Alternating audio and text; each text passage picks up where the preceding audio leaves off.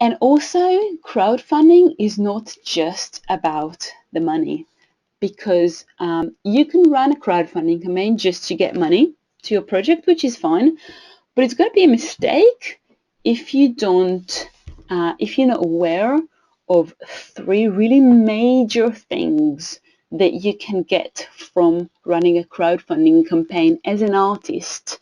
It's just three really, really big pluses that crowdfunding campaigns have for artists. So the first thing is exposure, which you're not going to get if you're just applying for the Arts Council's money. And exposure is what we all need. If we create art for people to consume and not just for the draw, we need exposure. We need people to know about us. We want people to know about our projects and about our art and about what we do. And running a crowdfunding campaign really means that as a I just lost a word in English, but it's just as a default almost.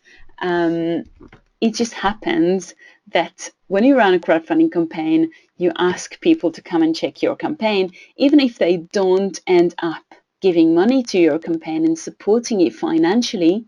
They have seen you in your video, they've seen your video, they've seen your project, they now know of you, they know of your work, and you just gain loads of exposure by just running a crowdfunding campaign without even, doing anything extra for it.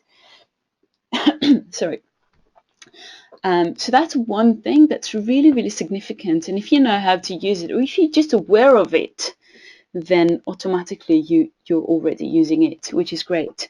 The second thing, is about the people who do end up supporting you. And now it doesn't matter if they support you with $1 or 1,000 euros.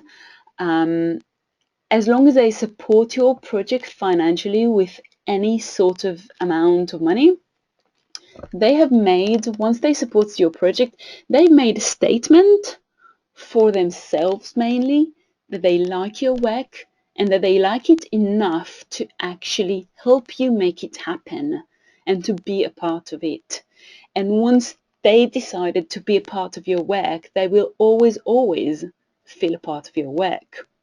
Now, when I say always, I just want to say that, of course, if you forget about them after this campaign and you never email them and never communicate or contact them, then they will eventually forget about you. But if you don't, if you keep them on some mailing list, if you keep them updated with this project and with your future projects, they will always, always remember you, and they will also always have like a warm kind of little place in their heart for you.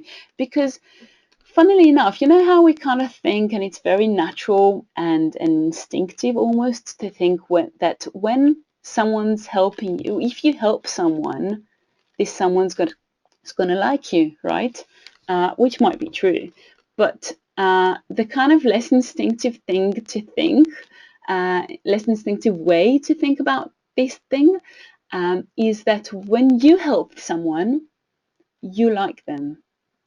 And it happens, it's like a psychological thing. When someone helps you, they start liking you more after they helped you. Assuming, of course, that you make it clear that you appreciate their help. And you are going to do it. When running your crowdfunding campaign, you do need to make sure that those people know that you appreciate their help. Even if it's just a thank you email right after they supported you, even if it's just updates about what's happening after in your future work. This is all signs of appreciations.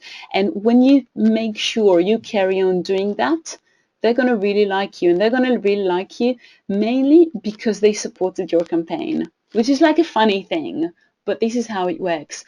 And it just means that running a successful crowdfunding campaign and having loads of backers already immediately as a default, you will have a big group of people who are your lifetime supporters, which is an amazing thing. As artists, it's just the biggest asset that you can have in your art career. And you're not going to get this through other means of fundraising. The last thing that I want to talk about, which is a really big plus, is that you can pre-sell your art. What does it mean? It means that while running a crowdfunding campaign, if you think about your rewards wisely, then you are going to sell the outcome, or you're going to give the outcome as a reward to people, of the outcome of this project, to people who will support your campaign. So if you're writing a book, then you're going to basically sell this book before the book is written, or before the book is out there ready to be distributed or sold. Before it's ready to be sold, you're already selling it, and you already have people who bought it basically before you start working on your project. And that's to do with not just books, with anything.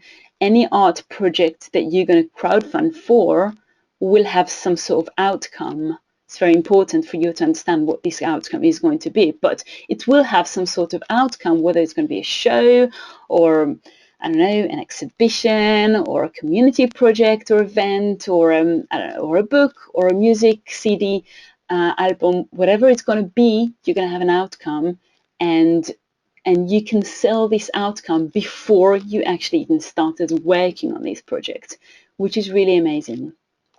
So these are the three things that it's just really important for me to make sure that you know them and you understand they're there. So, and that with crowdfunding, you can not only get money,